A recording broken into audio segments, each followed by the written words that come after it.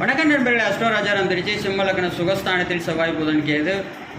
செவ்வாய் நெறியின் புதன் இருக்கும்போது கண்டிப்பாக அந்த இடத்துல செவ்வாய் திசை சுகம் பாய்க்கும், அதிர்ஷ்டம், மருத்துவம், விளையாட்டு, அதிகாரம், நெருப்பு, கல், மண், செங்கல், இது மாதிரி தொழில்களை அமைப்பும். கேது திசை ஒரு மத்தியமான பலன். ஆனால் புதன் திசை நல்ல பலன். தன்னுடைய வழியை செவ்வாயிடம் கொடுத்து விடுவதால் புதன் தான லாபம், குடும்ப வாக்கு, பேச்சு கண்டிப்பாக கல்வி பாதிக்கப்படும். ஏன்னா கல்விக்கு காரணம் சமீபத்தில் நரம்பு சம்பந்தமான பிரச்சனையானது கண்டிப்பாக இருக்கும்.